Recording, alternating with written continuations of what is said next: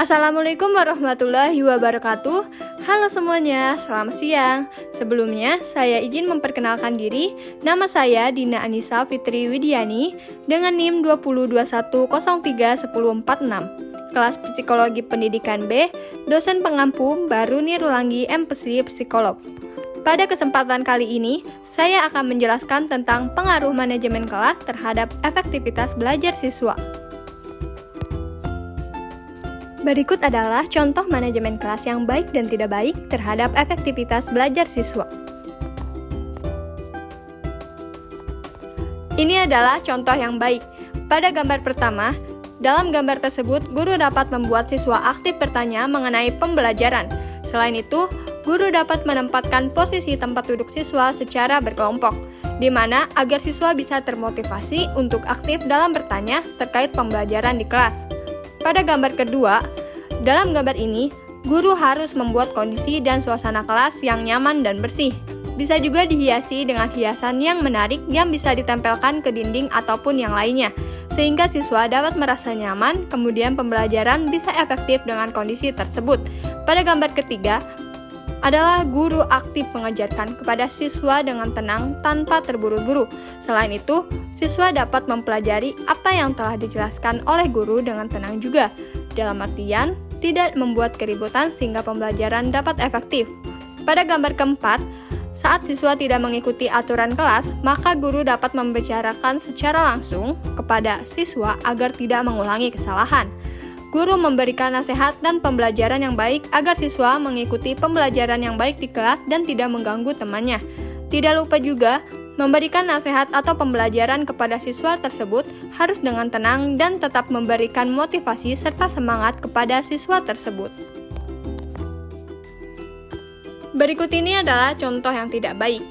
Pada gambar pertama, dalam gambar ini menggambarkan kelas yang tidak efektif karena saat guru memberikan pelajaran, namun siswa tidak peduli dan sibuk masing-masing. Selain itu, guru tersebut juga tidak mampu mengkontrol kondisi kebisingan di kelas. Pada gambar kedua, dalam gambar ini menggambarkan kelas yang kotor sehingga membuat pembelajaran tidak akan efektif, di mana hal itu akan mengganggu konsentrasi siswa maupun guru di kelas. Pada gambar ketiga, menjelaskan seorang guru yang marah-marah dalam mengajar, di mana siswa tidak akan efektif dalam belajar, dalam artian tidak akan memahami pembelajaran di kelas. Pada gambar keempat, menggambarkan siswa yang tidak mengikuti aturan kelas, namun guru justru memarahi siswa tersebut. Hal itu akan membuat siswa takut dan pembelajaran di kelas tidak akan efektif. Apa sih manajemen kelas itu? Manajemen adalah terjemahan dari kata pengelolaan. Pengelolaan atau manajemen merupakan penyelenggaraan sesuatu yang dikelola bisa berjalan dengan lancar, efektif, dan efisien. Sebelum mengetahui manajemen kelas, kita harus terlebih dahulu mengetahui apa arti kelas. Kelas adalah sekelompok siswa pada waktu yang sama menerima pelajaran yang sama dari guru yang sama pula. Berikut adalah pengertian manajemen kelas menurut para ahli. Menurut Dr. Hadari Nawawi, berpendapat bahwa manajemen kelas diartikan sebagai kemampuan dalam mendayagunakan potensi kelas seperti pemberian kesempatan yang seluas-luasnya pada setiap orang agar melakukan kegiatan-kegiatan yang kreatif serta terarah, sehingga waktu dan dana yang tersedia bisa dimanfaatkan secara efisien untuk melakukan kegiatan-kegiatan kelas yang berkaitan dengan kurikulum dan perkembangan murid.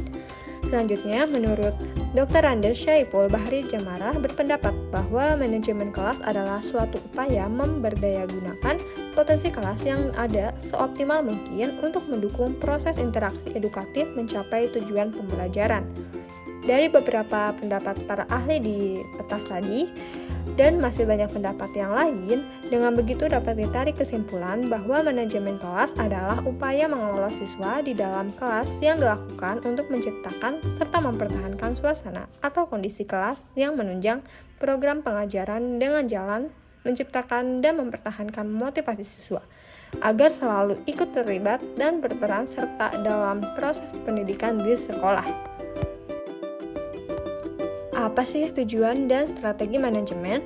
Manajemen kelas yang efektif mempunyai dua tujuan utama, yaitu agar siswa menghabiskan lebih banyak waktu untuk belajar serta lebih sedikit waktu untuk aktivitas yang tidak diarahkan pada tujuan, dan agar mencegah siswa mengembangkan masalah akademik dan emosional.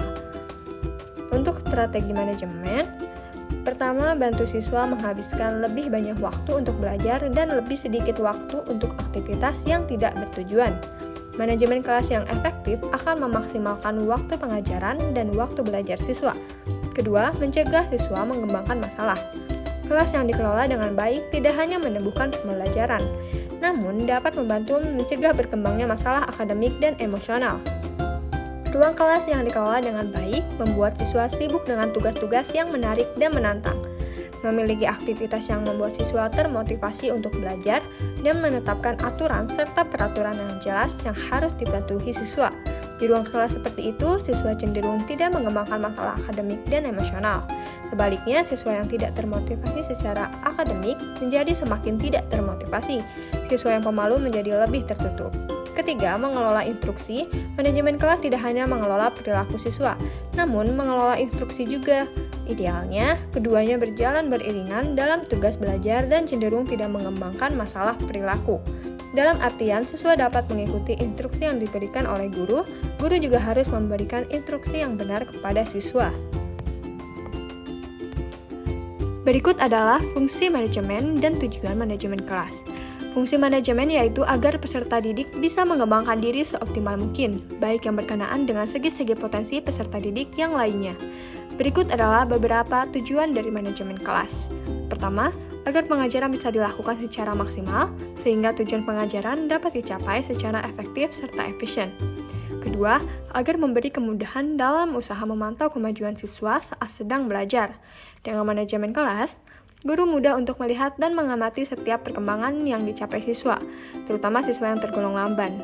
Ketiga, agar memberi kemudahan dalam mengangkat masalah-masalah penting untuk dibicarakan di kelas demi perbaikan pengajaran pada masa mendatang. Selanjutnya, bagaimana implementasi manajemen kelas dalam meningkatkan efektivitas proses belajar? Dalam kegiatan belajar mengajar, memiliki dua hal yang turut menentukan berhasil tidaknya suatu proses belajar mengajar, yaitu pengelolaan kelas dan pengajaran itu sendiri. Kedua hal itu saling bergantung, arti dari keberhasilan pengajaran, yaitu tercapainya tujuan-tujuan instruksional sangat bergantung pada kemampuan mengelola kelas. Kelas yang baik bisa menciptakan situasi yang memungkinkan siswa belajar sehingga menjadi titik awal dalam keberhasilan pengajaran. Siswa bisa belajar dengan baik dalam suasana yang wajar tanpa tekanan. Mereka memerlukan bimbingan serta bantuan untuk memahami bahan pengajaran dalam berbagai kegiatan belajar. Agar menciptakan suasana yang dapat meningkatkan prestasi belajar siswa dan lebih memungkinkan guru memberikan bimbingan terhadap siswa dalam belajar, diperlukan pengorganisasian atau pengelolaan kelas yang memadai. Pengelolaan kelas merupakan suatu kegiatan guru agar menumbuhkan dan mempertahankan organisasi yang efektif, seperti tujuan pengajaran, pengaturan penggunaan waktu yang tersedia, pengaturan ruangan, dan perabotan pelajaran, serta pengelompokan siswa dalam belajar. Selanjutnya kita akan mengetahui apa saja faktor penghambat manajemen kelas dalam meningkatkan efektivitas proses belajar. Pertama, faktor guru, seperti tipe kepemimpinan guru yang otoriter, format belajar mengajar yang tidak bervariasi atau monoton, kepribadian guru yang tidak baik, pengetahuan guru yang kurang, dan pemahaman guru tentang peserta didik yang kurang. Kedua, faktor peserta didik. Kurangnya kesadaran peserta didik dalam memenuhi tugas serta haknya sebagai anggota kelas. Ketiga, faktor keluarga. Tingkah laku peserta didik di dalam kelas adalah pencerminan dari keadaan keluarganya. Sikap otoriter orang tua akan tercermin dari tingkah laku peserta didik yang agresif atau apatis. Di dalam kelas, sering ditemukan bahwa ada saja peserta didik pengganggu dan pembuat ribut. Mereka itu biasanya dari keluarga yang broken home. Keempat, faktor fasilitas. Seperti jumlah peserta didik dalam kelas yang terlalu banyak dan tidak seimbang dengan ukuran kelas. Besar dan kecilnya ruangan tidak disesuaikan dengan jumlah peserta didiknya. Ketersediaan alat yang tidak sesuai dengan jumlah peserta didik yang membutuhkannya. Terakhir, kita akan mengenal usaha-usaha apa saja yang bisa ditempuh. Pertama, menentukan kondisi kelas yang diinginkan. Kedua, menganalisis kondisi kelas yang nyata. Ketiga, memilih dan menggunakan strategi pengelolaan. Keempat, menilai efektivitas pengelolaan. Berikut adalah referensi yang saya gunakan dalam pembuatan video ini. Kurang lebihnya mohon maaf, semoga video ini bisa bermanfaat. Terima kasih.